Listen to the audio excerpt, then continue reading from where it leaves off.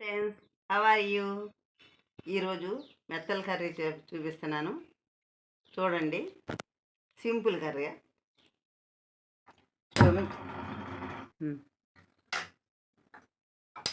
Stove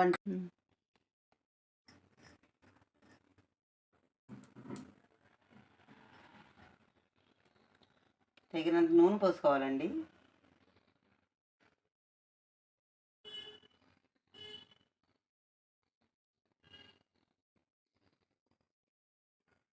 కావాలంటే మళ్ళీ పోసుకోవచ్చు. ముందల ఇవి వేపుకోవటానికి కావాలి.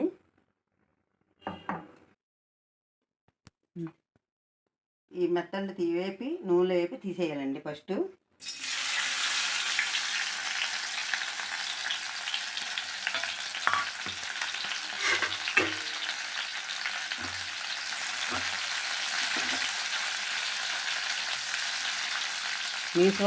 నీసువాసన రాకుండా కొంచెం పసుపు వేయాలండి.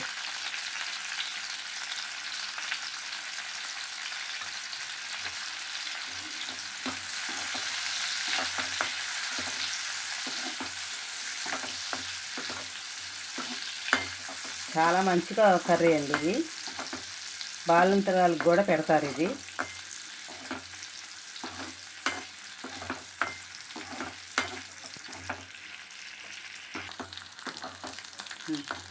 వేగిపోయినాయండి మెత్తళ్ళు. తీసి పక్కన పెట్టుకోవాలండి.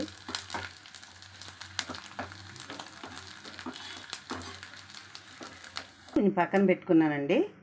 ఇప్పుడు ఉల్లిపాయలు,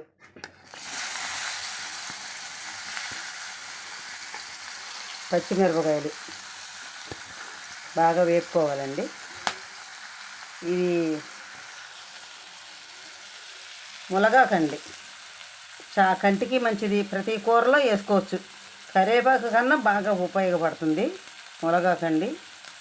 చికెన్ కూరలో కూడా, చేపల కూరలో కూడా, ఏ కూరలో అన్నా వేసుకోవచ్చు.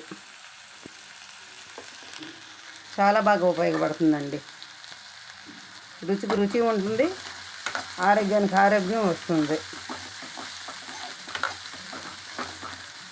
కొన్ని ఊర్లో దొరకని పక్షంలో ఆయుర్వేదం షాపులు అమ్ముతారండి ప్యాకెటు. ఆ పొడి తీసుకొని వేసుకున్నా పర్వాలేదు.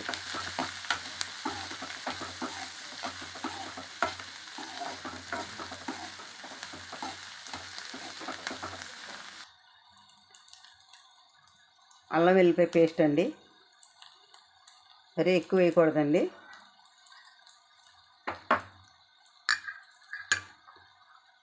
పసుపు,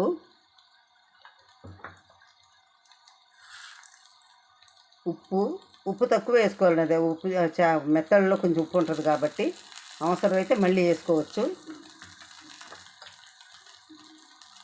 కారం, తగినంత కారం అండి. బాగా కలిపి వేసుకొని టమాటాలు కూడా వేసేసుకోవాలండి.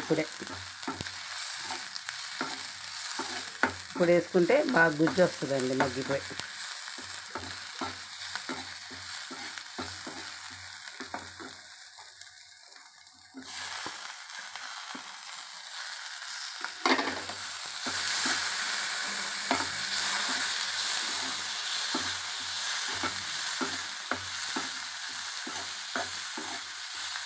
అలా సిమ్లో పెట్టి కొంచెం మగ్గితే దాంట్లో ఆవిరి వస్తుందండి. ఆవిరితోనే తొందరగా మగ్గిపోతుంది. ఇలా పెట్టి ఇలా మూత పెట్టాలండి. ఆవిరి వస్తుంది, ఆవిరితో తొందరగా మగ్గుతుందండి.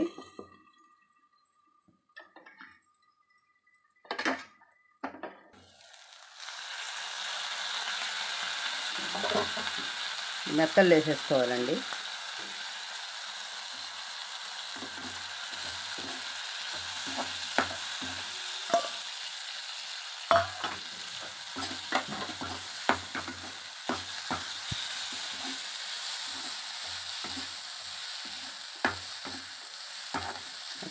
తగినంత నీళ్లు పోసుకోవాలి.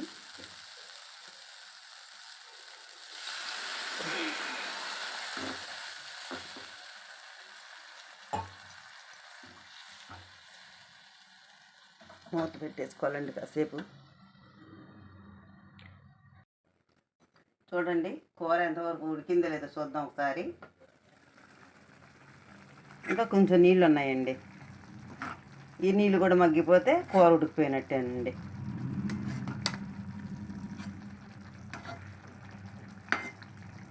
సింపుల్ కర్రీ అండి.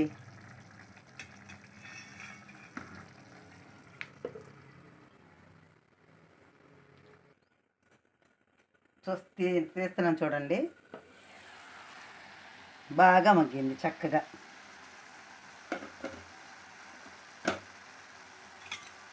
చూసారా, నీళ్ళన్నీ ఇంకిపోయి నూనెంతా పైకి తేలింది. కరెక్ట్గా ఉడికింది కూర కూడాను, చెమడకుండాను.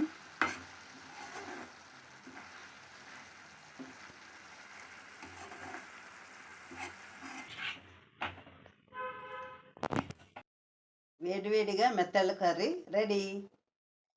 మీరు కూడా ట్రై చేసి ఎలా ఉందో మీరు తిని చూసుకొని చెప్పండి. బాలింతరాలకి చాలా చాలా మంచిదండి. మీకు తెలియంది కాదు. మీరు కూడా వండుకొని ఎలా ఉందో కామెంట్ చేసి చెప్పండి.